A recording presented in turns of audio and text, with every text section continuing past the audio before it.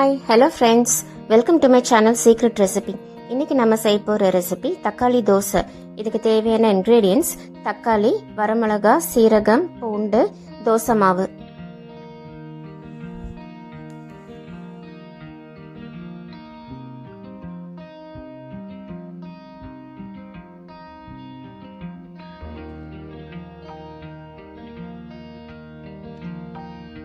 இந்த தக்காளி தோசை ரொம்ப டேஸ்டியாக இருக்கும். இது ரொம்ப கிறிஸ்பியாகவும் இருக்கும். உங்களுக்கு பார்க்கும்போதே தெரியும் எவ்வளோ கிறிஸ்பியாக இருக்குன்னு பாருங்கள். இது சட்னியோட சாப்பிடும்போது ரொம்ப டேஸ்டியாக இருக்கும். இது கார சட்னியோடவும் சாப்பிட்லாம், சாம்பாரோட எல்லாத்துக்குமே இது ரொம்ப நல்லா இருக்கும். நம்ம தோசை இந்த மாதிரி டிஃப்ரெண்ட்டாக செஞ்சு கொடுக்கும்போது எல்லாருமே நல்லா விரும்பி சாப்பிடுவாங்க. ஸோ ஃப்ரெண்ட்ஸ், இந்த வீடியோக்குள்ளே போகிறதுக்கு முன்னாடி சீக்ரெட் ரெசிபி சேனலுக்கு சப்ஸ்கிரைப் பண்ணுங்கள். ஸோ தட் என்னோட நோட்டிஃபிகேஷன்ஸ் எல்லாமே உங்களுக்கு உடனே வந்துடும். இப்போ வாங்க இந்த தக்காளி தோசை எப்படி பண்ணுறதுன்னு பார்க்கலாம். நான் இப்போ 2 தக்காளி எடுத்திருக்கேன். அதை நம்ம மிக்ஸி ஜாரில் சேர்த்துக்கலாம்.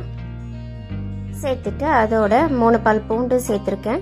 சேர்த்துட்டு காரத்துக்கு 3 வரமிளகாய் சேர்த்துருக்கேன். உங்கள் காரத்துக்கு ஏற்ப நீங்கள் சேர்த்துக்கோங்க. கூட ஃப்ரெஷ்ஷாக ஒரு குத்து கருவேப்பிலை சேர்த்துருக்கேன். அது கூடவே கொஞ்சமாக நான் சீரகம் சேர்த்துக்கிறேன். சீரகம் சேர்த்தும் போது நமக்கு தோசை நல்லா வாசனையாக இருக்கும். அதுக்காக தான் கொஞ்சமாக சீரகம் சேர்த்துக்கோங்க. சேர்த்துட்டு இதை நல்லா நம்ம பேஸ்ட்டாக அரைச்சி எடுத்துகிட்டு வந்துடலாம். இப்போ பாருங்கள், இந்த தக்காளி பேஸ்ட் நமக்கு ரெடி ஆயிடுச்சு. இது அப்படியே இருக்கட்டும். நான் இப்போ கொஞ்சமாக தோசை மாவு எடுத்திருக்கேன். இப்போ இது கூட நம்ம அரைச்சி வச்சிருக்கிற தக்காளி பேஸ்ட்டை நம்ம இதில் சேர்த்துக்கலாம்.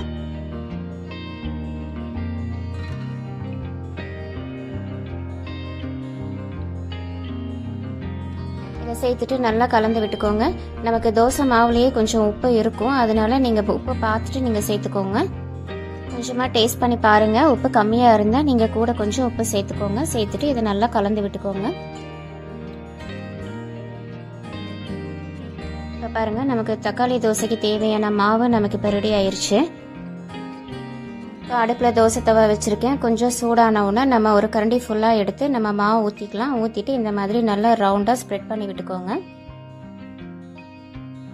இப்போ இது கூட மேலே 1 ஸ்பூன் நான் எண்ணெய் சேர்த்துக்கிறேன்.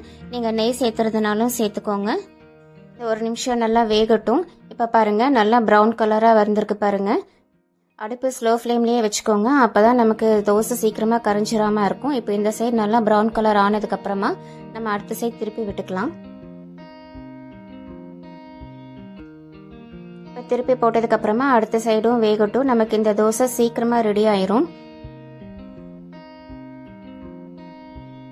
இப்போ பாருங்கள், இந்த சைடும் நமக்கு தோசை கிறிஸ்பியாக நல்லா வெந்திருக்கு பாருங்கள். இப்போ நமக்கு 2 சைடும் நல்லா வெந்துருச்சு. இதை எடுத்து நம்ம ஒரு சர்விங் பிளேட்க்கு நம்ம இப்போ மாற்றிக்கலாம். அதே மாதிரி நீங்கள் அடுத்த தோசையும் நீங்கள் ஊற்றிக்கோங்க.